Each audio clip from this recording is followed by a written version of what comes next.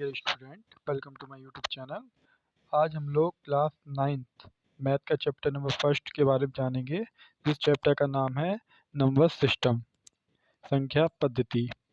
सबसे पहले इसकी कुछ जो मेन इम्पोर्टेंट पॉइंट हैं वो हम लोग जान लेते हैं। जैसे पहली इसकी हेडिंग है प्राकृतिक संख्याएं। प्राकृतिक संख्याओं को बोलते हैं नेचुरल नंबर। क्या होता है नेचुरल नंबर? यह संख्याएं एक से अनंत तक जाती हैं। जैसे ये एक से अनंत तक जाती हैं, जैसे 1 2 3 dot dot dot dot dot और अनंत तक। ये अनंत का साइन है, ठीक है। तो हमारी प्राकृतिक संख्या क्या हो गई? जो एक से लेके अनंत तक जाएंगी। अच्छा, उसके बाद है पूर्ण संख्याएं, जिसे हम लोग इंग्लिश में बोलते हैं होल नंबर। ये क्या होती हैं? ये संख्याएं जीरो से अनंत तक जाती हैं। ये संख्याएं जीरो से अनंत तक, जैसे 0 1 2 3 डॉट डॉट डॉट अनंत तक, ठीक है। नेचुरल नंबर और होल नंबर में यही डिफरेंस होता है। प्राकृतिक संख्या और पूर्ण संख्या में यही अंतर होता है। प्राकृतिक संख्या एक से लेकर अनंत तक जाती हैं, पूर्ण संख्या जीरो से लेकर अनंत तक जाती हैं। ये चीज़ याद रखिएगा। उसके बाद इसके नीचे और देखते हैं। उसके नीचे है पूर्णांक। सभी पूर्ण संख्याएं तथा ऋणात्मक संख्याएं जीरो के साथ मिलकर पूर्णांक बनाती हैं। अच्छा, पूर्णांक हमारे दो प्रकार के होते हैं। पहला होता है हमारा ऋणात्मक पूर्णांक, दूसरा पहला होता है हमारा धनात्मक पूर्णांक, दूसरा है हमारा ऋणात्मक पूर्णांक सॉरी। तो पूर्णांक के बारे में जान लेते हैं। पूर्णांक कैसे होते हैं? जैसे धनात्मक पूर्णांक यानी 0 1 2 3 4 डॉट डॉट डॉट अंत तक। और ऋणात्मक पूर्णांक क्या होते हैं? इनमें बस माइनस का साइन आ जाता है, जैसे 0 -1 -2 -3 डॉट डॉट डॉट अनंत, ठीक है ना। बस यही हमारा इसमें डिफरेंस होता है। याद रखिएगा, पूर्णांक दो प्रकार के होते हैं, धनात्मक पूर्णांक और ऋणात्मक पूर्णांक। इससे रिलेटेड क्वेश्चन है आगे, उसे देखते हैं। उसके बाद आता है आपका अभाज्य संख्याएं। अभाज्य संख्या क्या होती हैं देख लेते हैं। एक से बड़ी वे प्राकृतिक संख्याएं जो एक या स्वयं के अलावा किसी और से विभाजित ना हो, ठीक है। अब जैसे मान लीजिए कोई ऐसी संख्या जो एक से विभाजित हो जाए लेकिन उसके अलावा ये खुद ही से विभाजित हो और किसी से विभाजित ना हो। जैसे कि हम देख लेते हैं, संख्या हमारी हो सकती है, एक संख्या ले लेते हैं हम 2। अब 2 यानी दो, जो दो संख्या है हमारी, 2 नंबर है, वो या तो 1 से डिवाइड हुई यानी एक से भाग भाग कट जाएगी, या फिर खुद 2 से कटेगी और किसी से नहीं कटेगी। ऐसी 3 ले लेते हैं, एक 3 हो गई। 3 भी या तो एक से कटेगी या खुद से कटेगी। उसके बाद 5 हो गया, ठीक है ना। अच्छा, अब इसके नीचे देख लेते हैं। इसके नीचे है भाज्य संख्या, जो एक से बड़ी बेप्राकृतिक संख्या जो एक या स्वयं के अलावा किसी और से विभाजित हो जाए। अच्छा, आप अभाज्य संख्या में क्या था? जो सिर्फ एक से कटे या स्वयं से कटे, ठीक है।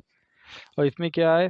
प्राकृतिक संख्या जो एक से किसी और से विभाजित हो जाए। जैसे कि हम ले लेते हैं, जैसे कि हमारी एक संख्या हो गई 4 यानी 4। 4 हमारा एक से ही विभाजित हो जाएगा, खुद से ही विभाजित हो जाएगा और 2 से ही विभाजित हो जाएगा। फिर उसके बाद ले लेते हैं 6। 6 हमारा एक से विभाजित भी हो जाएगा, 3 से विभाजित भी हो जाएगा और खुद से विभाजित भी हो जाएगा, ठीक है ना। तो ये हमारी भाज्य संख्या होती हैं। परिमेय संख्या, इन संख्याओं को P अपॉन Q के रूप में लिखा जा सकता है। इसे आप अगर याद करना चाहें तो आप इसे ऐसे बोल सकते हैं कि जिस संख्याओं को बटे के रूप में लिखा जा सके। जैसे कि हम लिख के दिखाते हैं, जैसे हो गया आपका 1/2, 3/2, 4/2, 6/7, ठीक है। तो ये हमारी परिमेय संख्या हो गई। और क्या है? अपरिमेय संख्या, वे संख्या जिन्हें P अपॉन Q के रूप में नहीं लिखा जा सकता है, याद रखिएगा। जैसे कि रूट वाली संख्या हो गई,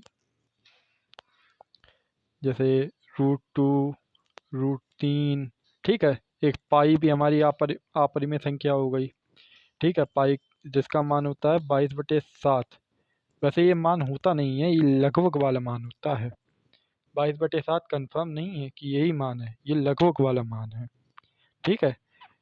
उसके बाद है वास्तविक संख्या। अच्छा, वास्तविक संख्याएं क्या होती हैं? सभी संख्या का संग्रह, यानी इसमें जितनी भी हमारी मैथमेटिक्स में नंबर हैं वो सब हमारे किस में आते हैं? वास्तविक संख्याओं में आते हैं। ठीक है। अब इसकी एक्सरसाइज देख लेते हैं। ये इसका पहला क्वेश्चन है, क्या शून्य एक परिमेय संख्या है?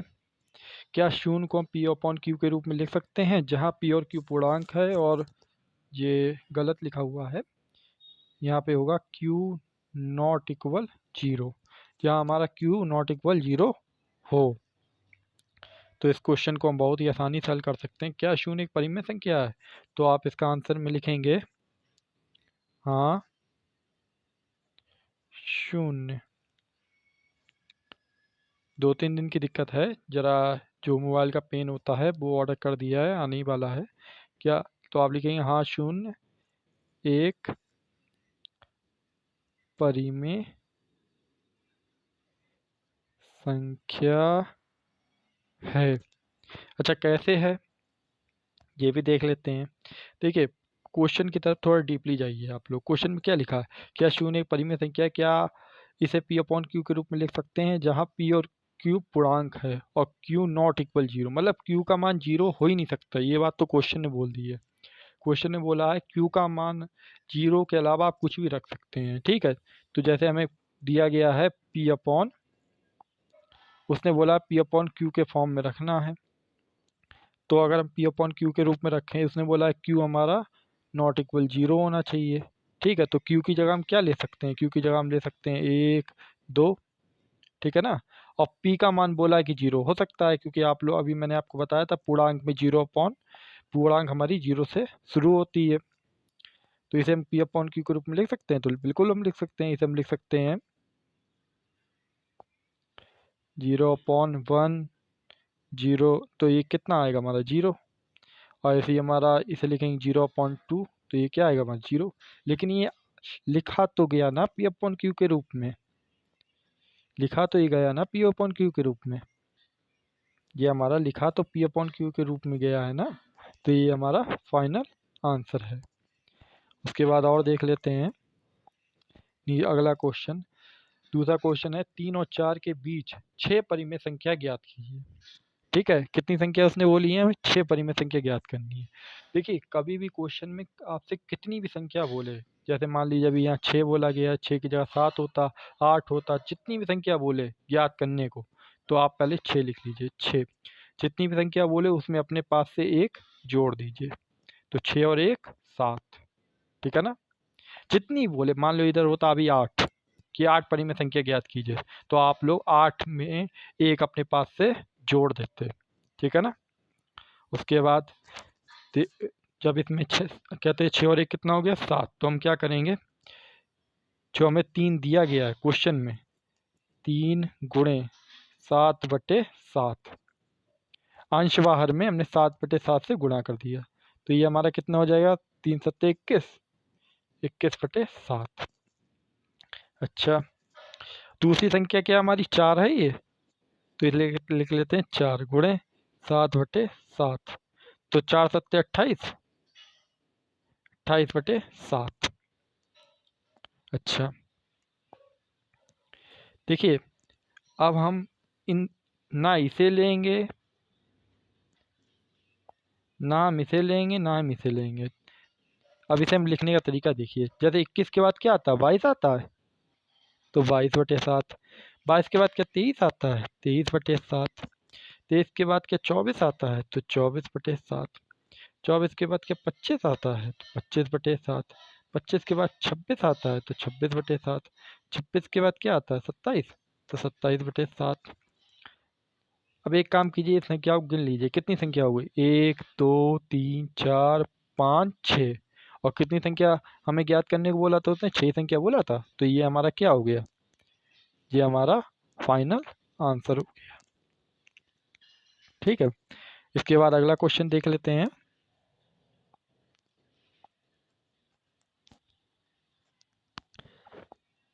अच्छा, अब ये है हमारा क्वेश्चन नंबर 3, 3/5 और 4/5 के बीच 5 परिमेय संख्या ज्ञात करनी है। पहले हमें 6 बोली थी, अब इसमें हमें 5 ज्ञात करनी है। तो मैंने आपसे क्या बोला, जितनी भी संख्या बोले उसमें अपने पास से 1 जोड़ देना। जैसे 5 बोली है तो 5 + 1 कितना हो गया, 6।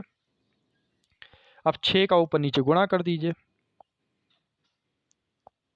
जैसे ये 3/5 दिया गया है क्वेश्चन में, तो 3/5 गुणे 6/6, 3 छंग 18 और 5 छंग 30।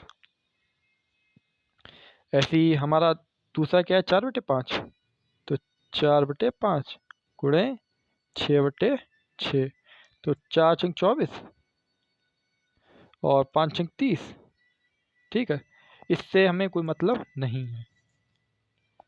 अब हम इसे कैसे लिखेंगे देख लीजिए। जैसे 18 के बाद क्या आता है, 19 आता है, 19/30। 19 के बाद क्या 20 आता है, तो 20/30। 20 के बाद क्या आता है, 21, 21/30। 21 के बाद क्या आता है, 22, तो 22/30। 22 के बाद क्या आता है, 23, तो 23/30। मतलब पहली और आखिरी संख्या छोड़नी है, उसके बाद लिखनी है। जैसे मतलब 18 के बाद की हमने संख्या नहीं ली और 24 से पहले संख्या नहीं ली। ठीक है, ये हमें संख्या छोड़ के चलनी है। देख लीजिए कितनी संख्या हो गई, 1 2 3 4 5। 5 संख्या बोली थी उसने, क्वेश्चन में कितनी संख्या निकालने बोला था, 5 ही बोली थी ना, और ये 5 संख्या हमारी निकल आई। तो ये हमारा क्या हुआ, ये हमारा फाइनल आंसर हो गया। ये हमारा फाइनल आंसर। उसके बाद अगला क्वेश्चन देख लेते हैं। अच्छा, नीचे दिया गया है सत्य असत्य बताइए। तो अब ये भी देख लेते हैं सत्य असत्य। प्रत्येक प्राकृतिक संख्या एक पूर्ण संख्या होती है, बताइए। अभी मैंने आपको प्राकृतिक संख्या बताई थी। प्राकृतिक संख्या क्या होती है हमारी, 1 2 3 डॉट डॉट डॉट 0 तक। ठीक है, पूर्ण संख्या क्या होती है हमारी, 0 1 2 3 डॉट डॉट डॉट अनंत तक। ठीक है, ये भी अनंत तक जाएंगी, ये भी अनंत तक जाएंगी। ठीक है, बस 0 का डिफरेंस है, तो इसका आंसर क्या होगा, सत्य। ठीक है, अगला क्वेश्चन देख लेते हैं।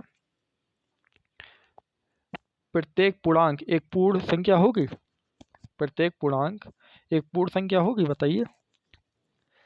देखिए, प्रत्येक पूर्णांक, पूर्णांक मैंने अभी आपको बताया था क्या थी हमारी। जैसे अभी हम लोगों ने पूर्णांक ऊपर लिखी है,